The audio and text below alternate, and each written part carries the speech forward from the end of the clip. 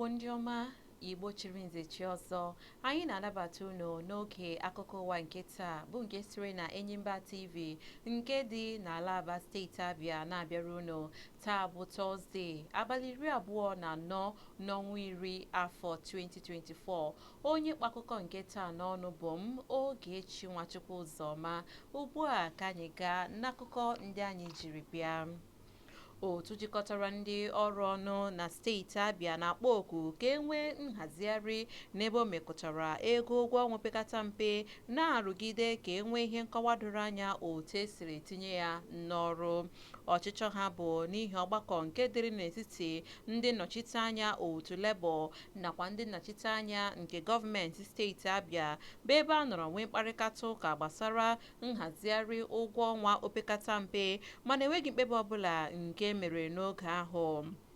Mkparịta ụka ahụ bịara bụrụ nke kụsasịrị na mberede dịka gọọmenti steeti Abịa mapụtara ọkwa itinye ụgwọ ọnwa opekata mpe Naira 70 n'ọrụ, bụ nke ndị ndu otu Labour kwuru na ọ dabaghị n'ọchịchọ nke ha zipụtara. Mmapụta ọkwa bụ nke bịara bute mgbagwoju anya dịka otu a ka na-eche nzaghachi gbasara ọchịchọ obi ha bụ nke ha zigabụrụ. N'oge ọ nọ na-agwa ndị ntaakụkọ okwu ka enwechara ọgbakọ nke ya na gọọmenti steeti bụ nke kụrụ ọnụ mgbe o ji nkeji 45 gafee elekere 7 nke abalị n'ụbọchị Wenezdee, onye isi oche otu jikọtara ndị ọrụ na steeti Abịa bụ Ogbonnaya Okoro kwupụtara nchegbu ha, na-ajụ ajụjụ ụkpụrụ gọọmenti gbasoro were tinye mkpebi dị otu ahụ n'ọrụ.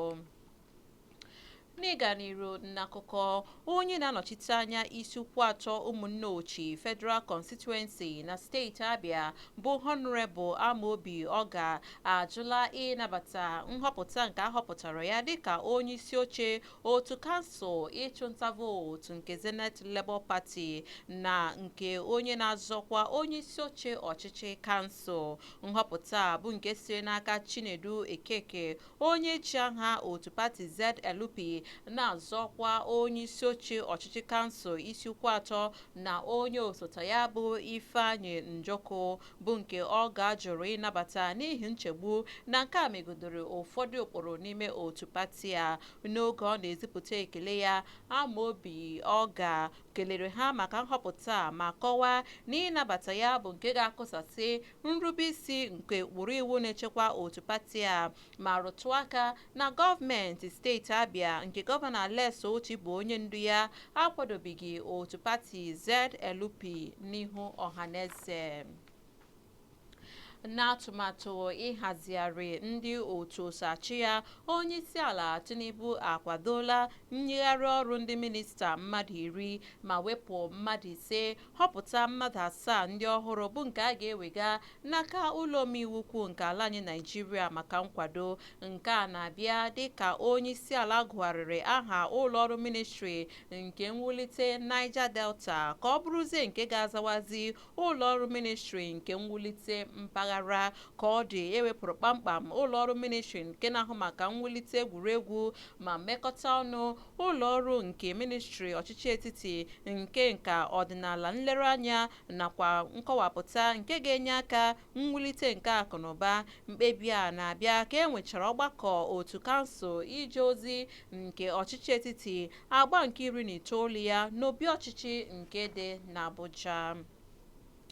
Maka nhụgharị a ka ahụgharịrị ndị osochi ya, onye minista steeti na-ahụ maka agụmakwụkwọ bụ Dr. Yusuf Sununu bụzi minista nke na-ahụ maka ọdịmma mmadụ na mbelata ụbịam. Minista steeti nke na-ahụ maka ahụike bụ Dr. Olatunji Alusa bụzi minista agụmakwụkwọ, ebe onye minista steeti na-ahụ maka mmiri na gburugburu ịdị ọcha bụ Bello Goronyo bụzi minista steeti na-ahụ maka ọrụ.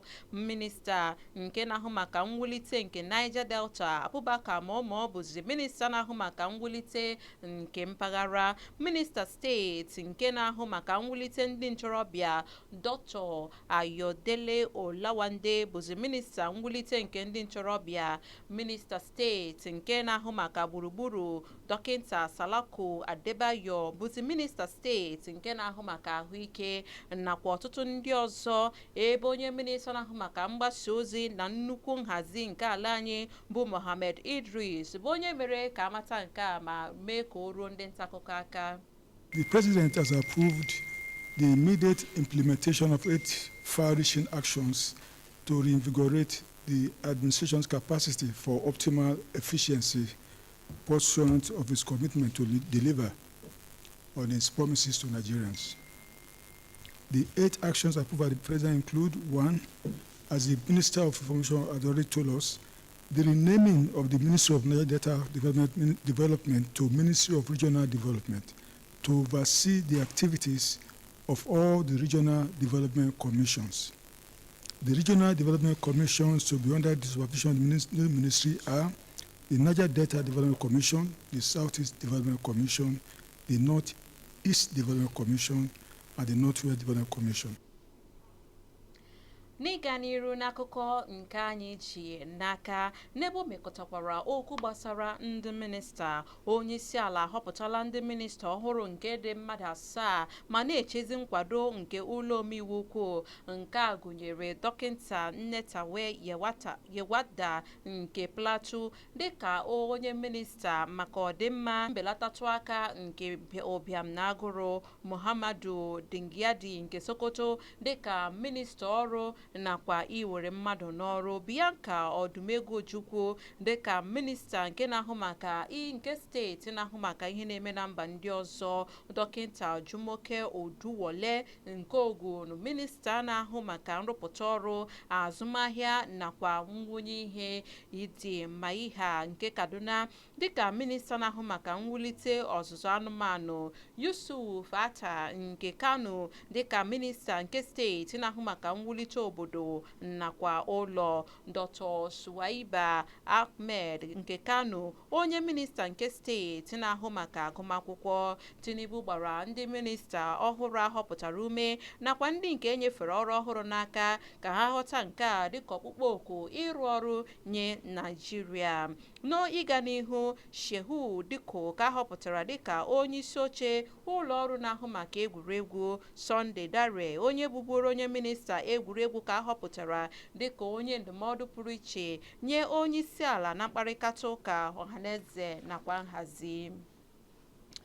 Gọvanọ steeti Benue bụ Hyacinth Alia akwụsịtụla onye Attorney General na Kọmishọna na-ahụ maka ikpe na nhazi iwu Fidelis Mnyem nakwa dịka onye gọvanọ kọwara na ihe mere ji kwụsịtụ onye eji ọrụ bụ n'ihi isonyere steeti 16 ndị ọzọ maka ịma aka n'ihu iwu nke kwadoro ihiwa ụlọọrụ EFCC na nke ICPC na-emeghị ka ya bụ gọvanọ steeti ahụ nwee ike mara. O chere ihe mere na Benue ga-eje esonye ndị steeti ndị ọzọ ịma aka n'ihu gbasara iwu kwadoro EFCC na ICPC ịrụ ọrụ, nkwado ndị na-arụsi ọrụ ike ịhụ na ndị ọchịchị pụrụ apụ tupu ya eburu oche ga-abụ ndị a ga-anapụtasị ego ndị ha kpachiri dịka eboro ha ebubo.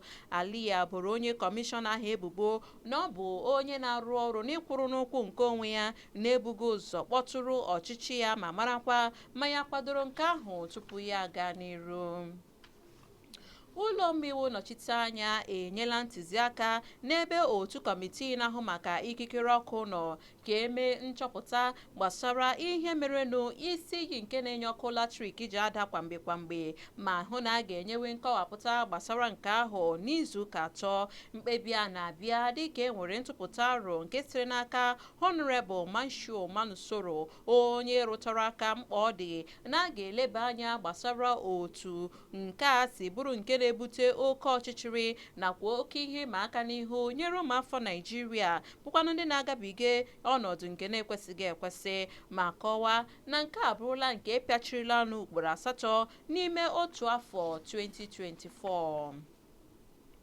N'ịga n'iru, Kanayo onye na-eme ihe ejije kemgbe ọtụtụ afọ ugbu a ma ama ka ọ dị etinyela ọnụ n'okwu gbasara ụfọdụ ọdọ akwụsị enyocha nke ndị uwe ojii nakwa nke ndị agha soja dị n'okporo ụzọ ndị dịgasị na South East dịka ọ kọwara na ọnụọgụgụ ya karịziri. N'ihe onyonyo n'akara nwaodide Instagram kọwara gbasara njem ya ka o sitere n'okporo si Lagos gawa Ibadan mana abịa na mpaghara mpaghara ụzọ ndị dị na South East. Ọtụtụ ọdọ akwụsị enyocha bụ ihe jupụtara n'ụzọ ebe ahụ ma na-akọwa na ọ bụghị otu ahụ ka o si dị na steeti ndị ọzọ. Kanayo gbara ajụjụ gbasara ihe bụ ebumnobi eji nwee oke ọnụọgụgụ ndị agha soja nakwa ndị uwe ojii jupụtara n'okporo ụzọ ndị dị na mpaghara ọwụwa anyanwụ, bụ nke ọ kọwara na ọnụọgụgụ akwụsị enyocha bụzi nke karịrị akarị. O kwuru na mpaghara South East ma o sokwa bụrụ Naijiria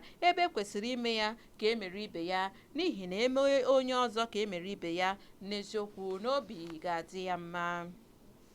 N'ịga n'iru, gọvanọ steeti Akwa Ibom bụ gọvanọ Ụma Eno akwadola ₦80,000 dịka ego ụgwọ ọnwa opekata mpe a ga-akwụ ndị ọrụ na steeti ahụ. Gọvanọ steeti Akwa Ibom bụ onye hiwere otu kọmitii nke ga-ahụ maka nke ahụ, bụ nke a ga-etinye n'ọrụ. Elda Effiong Esen, onye isi ndị ọrụ, ga-abụ onye isi oche nke otu kọmitii ahụ, ebe otu kọmitii a nwere mbirimbi otu ọnwa ịkọwapụta gbasara nhazi nke mweli ego ụgwọ ọnwa ahụ. O kpughere nke a nye ndị nta akụkọ n'Uyo, isi obodo steeti Akwa Ibom. Onye kọmishọna na-ahụ maka mgbasa ozi na steeti ahụ bụ Comrade Ini Emiombong gụpụtasịrị aha ndị ọzọ so n'otu kọmitii a, nke gụnyere onye isi oche ụlọ ọrụ n'otu kọmishọn nke na-ahụ maka ọrụ ọchịchị kansụl niile, onye odeakwụkwọ ministri nke na-ahụ maka ego, nakwa onye odeakwụkwọ ngalaba ụlọ ọrụ nke na-ahụ maka ihiwe ụfọdụ ihe. Ka ọ dị ugbu a, ndị ọma m, anyị ga-azọpụta ụkwụ. Ọ bụrụ na anyị laghachite, akụkọ ndị ọzọ fọrọnụ ga-abịara unu. Naanị nọsike n'ebe ahụ.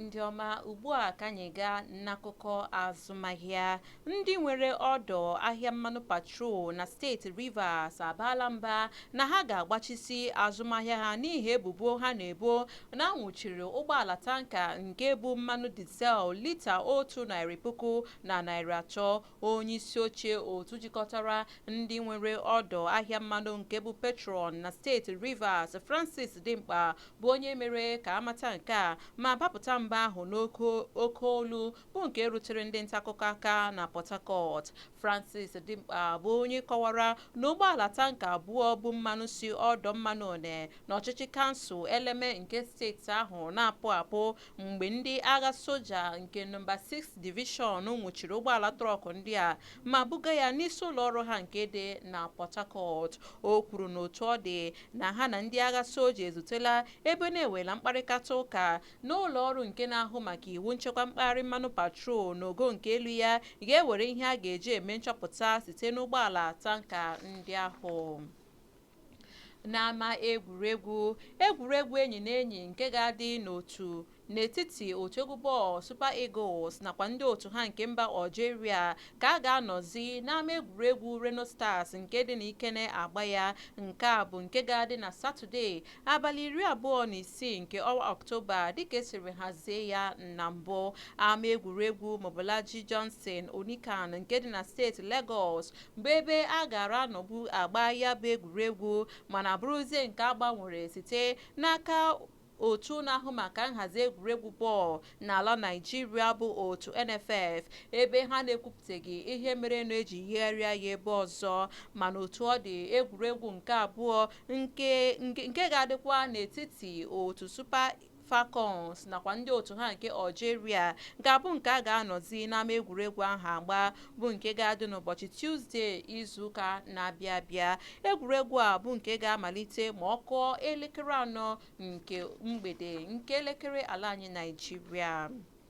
N'akụkọ nke fọdụrụnụ, ndị ọrụ uwe ojii ngalaba steeti Rivers anwụchiela ndị ntọrọ mmadụ 3 bụ ndị a na-enyo na ha na-emekpa ndị na-eme njem nakwa akwa ụgbọala egwu ma na-etinye ndụ ha n'ọnọdụ ihe iyi egwu n'ụzọ si Port Harcourt gawa Owerri. Ndị a na-enyo bụ ndị aka ha so na ntọrọ mmadụ nakwa izu oshi ndị a na-emegasị na mpaghara ndị ahụ, bụ nke gụnyere ntọrọ otu onye ji otu afọ na-efe ala nna ya na nso nso a. onye kọmishọna ndị uwe ojii na steeti Rivers bụ Mustapha Muhammad bụ onye kpughere nke a mgbe ọ nọ na-apụgharị ndị a na-enyo enyo n'ihu ndị ntaakụkọ na Port Harcourt. Mohammed bụ onye kọwaranụ na ndị oji egbe akpa ike a bụ ndị na-eji ihe edochisi n'ụzọ awara awara ndị a ma gbapụta n'ihu okporo ụzọ awara awara chebirizie ndị na-eme njem bụ ndị ha na-atụgide egbe ma tọrọzie ha na-asị ezinụlọ ha ka akwụọ ha ụgwọ tupu a na-atọpụ ha. Ndị a na-enyo enyo gụnyere Blessing Akpelu onye gbara afọ 20 bụkwa na onye eji NTA mara, Precious Ebe onye gbara afọ 30, Wisdom Amadi onye gbara afọ 28 bụcha ndị egbeda nakwa emuha nke dị na steeti Rivers. Ka ọ dị emere ka amata n'aka akparala ndị a bụ ndị na-eyi egwu n'okporo ụzọ awara awara ahụ nke si Port Harcourt gawa Owerri ebe a ga-egosi ha n'eziokwu ihe ọkụ ji ntị oke eme. Ndị ọma m site n'akụkọ ahụ ka anyị ga-achịkọta ya ọnụ n'ebe o mekọtara akụkọ ụwa nke taa bụ nke siri na Enyimba TV nke dị n'ala Aba steeti Abịa. Dịka m na-ekele unu n'ụzọ pụrụ iche maka ị na ebe ahụ kirie ma gee ntị. Echefukwara na ị nwere ike na-esonyere anyị na ihe onyonyo anyị nwee ike na-ekiri mgbasa ozi nke anyị na-eme n'ebe ahụ. Onye wetara unu akọ nke taa bụ m Ogechi Nwachukwu Ụzọma, na-asị onye ahụrụ taa ka ahụkwa ya echi.